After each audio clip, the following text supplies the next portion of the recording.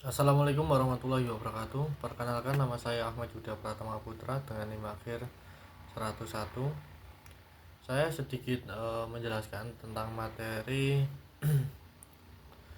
Dewan Pengawas Syariah Asuransi Syariah (DSN MUI) yang berisikan materi yang pertama Dewan Pengawas Syariah, yang kedua ada Dewan Syariah Nasional MUI atau DSN MUI, yang ketiga ada repositioning DSN dan DPS, yang keempat ada Badan Arbitrase Syariah Nasional atau Basarnas, yang kelima ada sertifikasi ahli asuransi. Yang pertama ada Dewan Pengawas Syariah. Dewan Pengawas Syariah adalah suatu badan yang bertugas mengawasi pelaksanaan keputusan DSN di lembaga keuangan syariah. DPS diangkat diberhentikan di lembaga keuangan syariah melalui RUPS setelah mendapatkan rekomendasi dari DSN. Dewan Pengawas Syariah atau yang lebih dikenal sebagai DPS merupakan badan yang ada di lembaga keuangan syariah dan bertugas mengawasi pelaksanaan keputusan Dewan Syariah Nasional di lembaga keuangan syariah. Dewan Pengawas Syariah ini berkedudukan di bawah Rapat Umum Pengawas Syariah atau sejajar dengan Dewan Komisaris di dalam struktur suatu bank syariah atau lembaga keuangan syariah. Tugas utama Dewan Pengawas Syariah adalah mengawasi kegiatan usaha lembaga keuangan syariah agar sesuai dengan ketentuan dan prinsip syariah yang telah difatwakan oleh Dewan Syariah Nasional.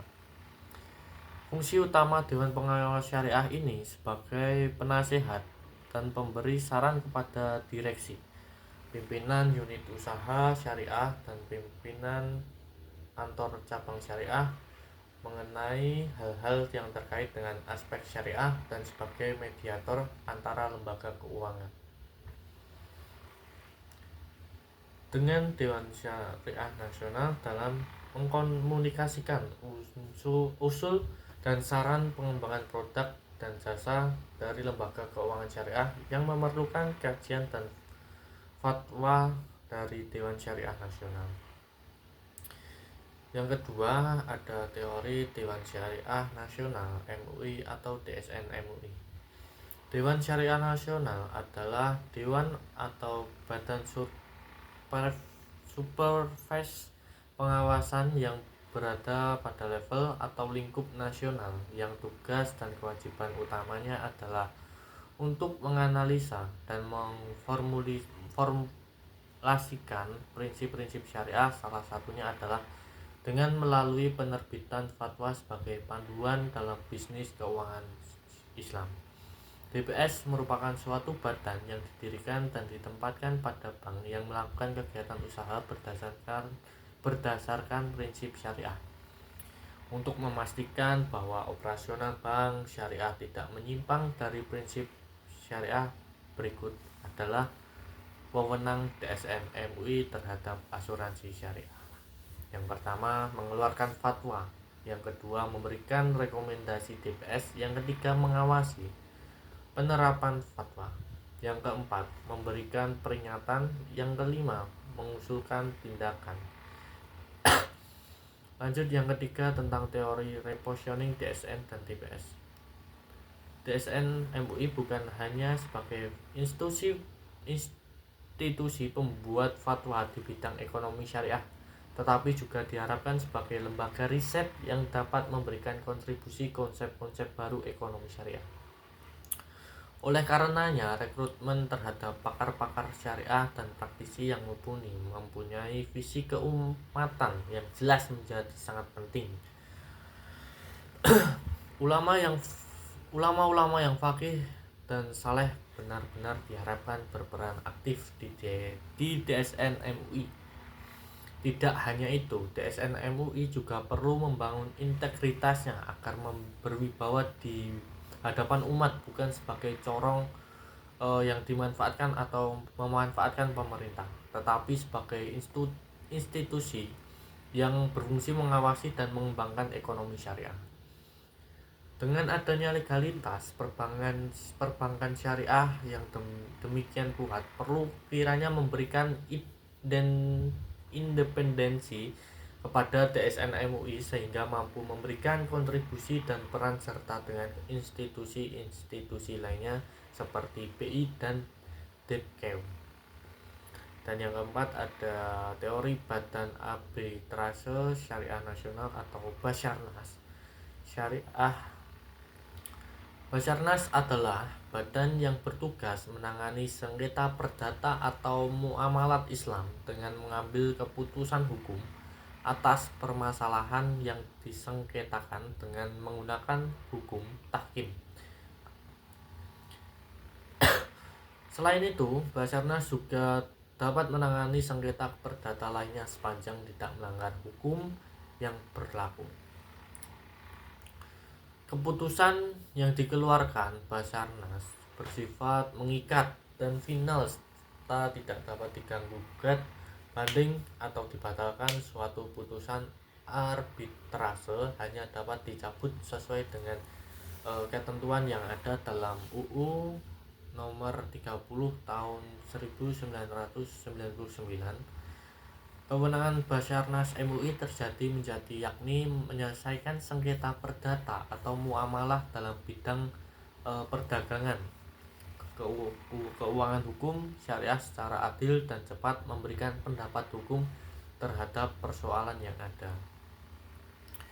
Wewenang Basarnas diatur dalam pasal 1 Peraturan Prosedur Badan Arbitrase Syariah Nasional atau Basarnas, yaitu yang pertama, menyelesaikan secara adil dan cepat sengketa muamalah atau perdata yang timbul dalam perdagangan, keuangan, industri, jasa, dan lain-lain yang menurut hukum dan peraturan perundang-undangan dikuasai sepenuhnya oleh pihak yang bersengketa, dan para pihak sepakat secara tertulis untuk menyerahkan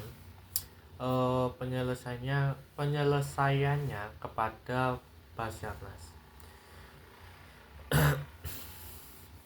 sesuai dengan prosedur Basarnas. Yang pertama itu memberikan pendapat yang mengikat atas permintaan para pihak tanpa adanya suatu sengketa mengenal persoalan berkenan dengan suatu perjanjian.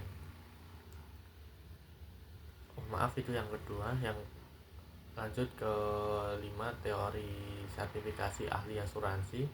Sertifikasi ahli asuransi di Indonesia bertujuan untuk memastikan bahwa tenaga profesional di industri asuransi memiliki kompetensi teknis, integritas, serta pemahaman hukum dan etika yang diperlukan untuk menjalankan tugasnya. Selain itu juga untuk meningkatkan kepercayaan publik terhadap industri asuransi dari berbagai jenis sertifikasi yang diterbitkan di Indonesia. Pastinya setiap program sertifikasi memiliki struktur modul dan ujian tersendiri. Jenis-jenis sertifikasi ini diterbitkan di Indonesia meliputi yang pertama ada AAIK, Ahli Asuransi Indonesia Kerugian, atau sertifikat ini digunakan untuk ahli di bidang asuransi kerugian atau properti, kendaraan atau marine dan sebagainya. Yang kedua ada AAIJ, Ahli Asuransi Indonesia Jiwa. Sertifikasi ini digunakan untuk ahli di bidang asuransi jiwa atau life insurance atau unit link dan sebagainya. Yang ketiga ada AIIS, Ahli Ilmu Asuransi Syariah.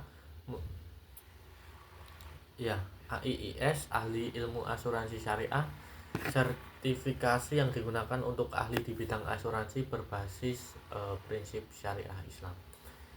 Mungkin cukup sekian dari saya, kurang lebihnya saya mohon maaf. Wassalamualaikum warahmatullahi wabarakatuh.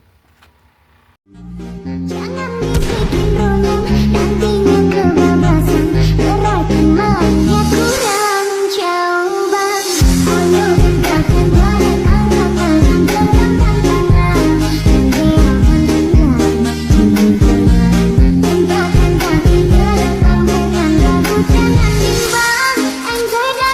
kasih.